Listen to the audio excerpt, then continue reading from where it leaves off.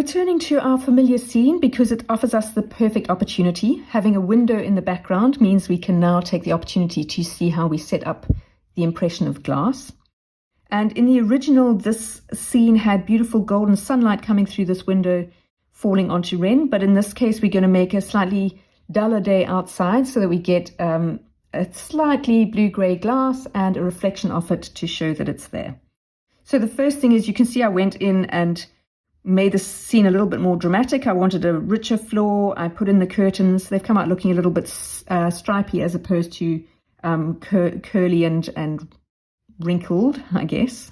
But the shadow then underneath the curtain and the windowsill. Otherwise, it is unchanged. And I'm going to go in now. My glass layer, I've already filled it in. It's between the shadow beneath the windowsill and the curtains on top. And I'm going to use my trusty blue-grey that I so often do, custom watercolor round brush, and set at the 10% opacity because light touch for the glass. And then I'm just going to go in, I'm going to color this entire area. It's always a bit of a toss-up as to whether it's easier to go in and erase afterwards or, what am I doing here? To erase or to color round. I generally go in favor of erasing because I find that when I color round things, it gets incredibly fiddly, and then I end up with having to fix things up, and it just takes me longer in the end.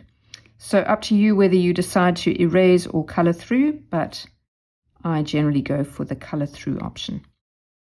Okay, and now how do we show that this is glass? It's really simple. I tend to go in with my eraser and I just erase something which gives us a little impression of a reflection. So you might be tempted to go in with a fatter brush. The only rule that I have, or the kind of principle, is that you want the pattern of whatever you do to kind of have this sort of a triangular pattern like that. So when you do your squiggle, have a long arm like that and then kind of squiggle down, but not too far down.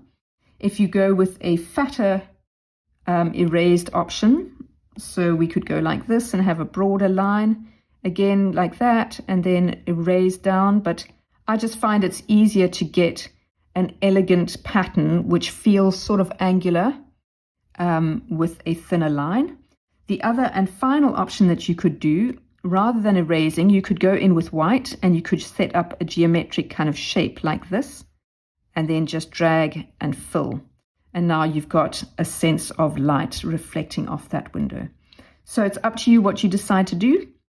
I prefer the fine squiggly line, but this sort of approach with a filled shape in white is also perfectly acceptable. A final note on glass. What if the glass was between us and the character?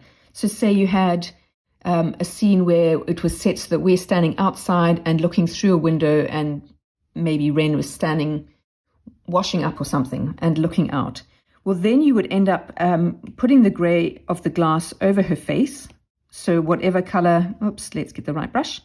You would have her all colored in her character colors, grey across her face like this, filled in completely.